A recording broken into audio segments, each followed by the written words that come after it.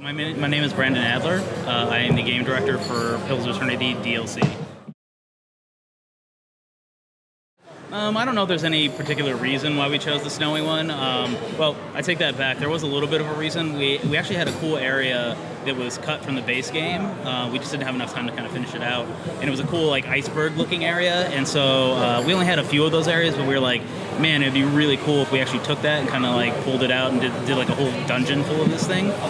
So that was actually one of the main reasons we chose that. Plus, it really fit the theme that we were going for. We wanted to really like dig into the god Rimmergand. He's like a god of entropy and decay and winter, and so it just really all kind of fit together. So that was the actual real reason. But beyond that, there wasn't really anything else.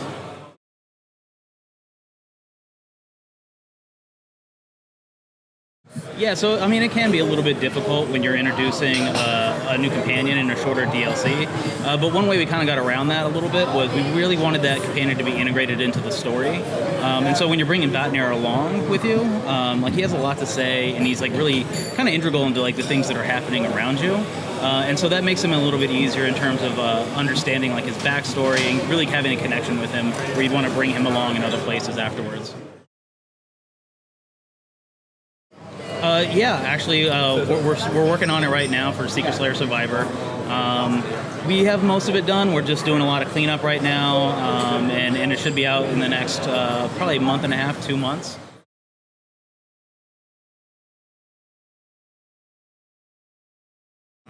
So there may have been some miscommunication or misinformation. It has like a lot less to do with like the crew. I think that may have been like something in the past that we were kind of talking about. What we decided to do with it was we really wanted to showcase like the combat in Pillars of Eternity too. So each of the DLCs, we kind of wanted to take a piece of the gameplay and like really kind of push it to the limits and see what we could do with that stuff. So for this one, we decided to do a gladiatorial arena. And so you have a lot of fights. They're kind of constructed in a bunch of different ways. The overall story is that the god Galawain, there's like a yearly tribute to him called the Crucible. Something is going wrong though in the Crucible. The island that it's on, like the villagers are kind of getting a little bit restless. Like they're getting really agitated and hostile. Like animals on the island are attacking people. So they bring in the Watcher to kind of figure out what's going on, what's happening. They want you to commune with one of the aspects of Galawain and really kind of figure out what's going on and what's wrong. And so the player through the arenas and through the battles is trying to get the attention of one of the aspects of Galawain to be able to communicate with him and figure out what's happening. And so that's kind of the story is you kind of work your way as like the champion of the arena, and there's a whole story kind of built into that too. It's not just combats, it's like your typical Pillars experience. So there's gonna be like deep story, lots of interactions with characters, lots of places to explore, lots of cool new items to get, things like that. No, we don't have any like major systems or spells that we're adding in for this particular DLC. We have a new system called the artifact system that we're using. So one of the ways that you're doing these fights in the next expansion is that you're actually going around the Deadfire and collecting these artifacts. These artifacts are all like artifacts of lore and legend, all usually associated with battles or part of like an important creature or something like that. And so you go and you collect those and you bring them back to the arena, and then you can kind of sacrifice them in a pool. When you do that, it unlocks like memories of these fights, and like those are the fights that you're doing. You're like getting like these kind of memories and echoes that you're fighting through. Yeah, so all of our DLCs, you can kind of consider them like side adventures. While they do add a lot to the main story, as in they give like lots of context, they give you like a different view of kind of what's happening from the different gods' perspectives or different factions that you're dealing with. The main problem in Deadfire is that you have a big god Aothas tromping through, like smashing everything to bits.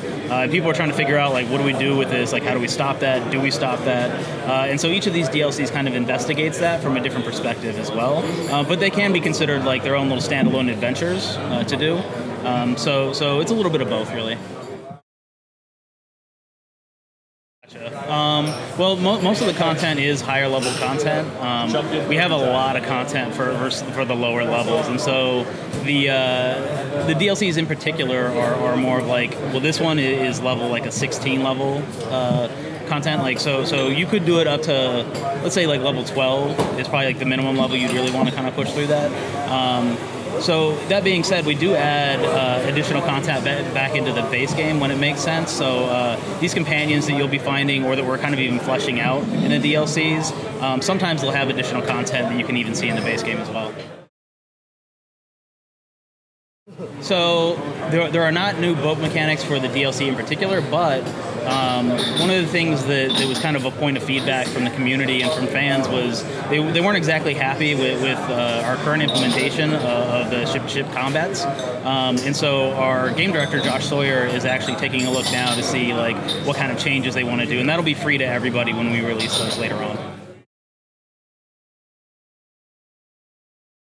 Yeah, so when we put the game up on Fig, we had announced at that point that we were going to be doing DLCs, just like when we had put the original game back on Kickstarter. People knew that we were doing a DLC or set of DLCs, and so it was the same thing.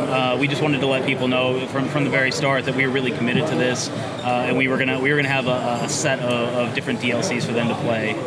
And so the real reason was we just wanted to get people kind of excited during the Fig campaign to really back and get in there.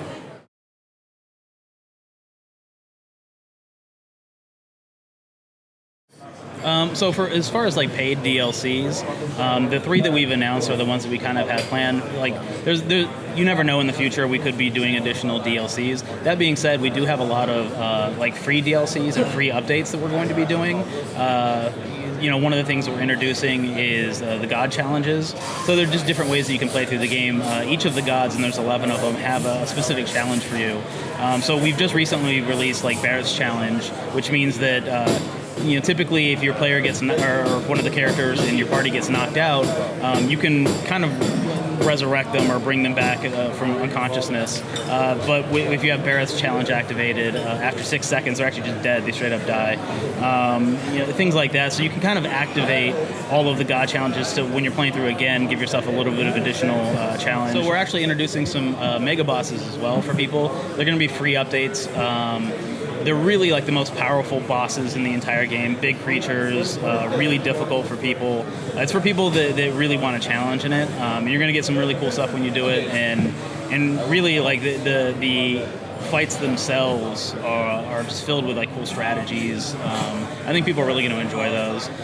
We've also been doing a lot of quality of life improvements. One of the things that was mentioned was that the enchanting system, the UI can be a little bit confusing and maybe doesn't give all the information it should, so people don't know like which enchantments lock out other enchantments. So we're going to be revamping that completely. There's a lot of stuff we have coming in the future over the next year. There will absolutely 100% be more pets. The team loves to put in pets wherever possible. And in a future DLC, not this next one, but one after that, we may even have a special system for pets. Can you pet them? You'll just have to play the game and find out.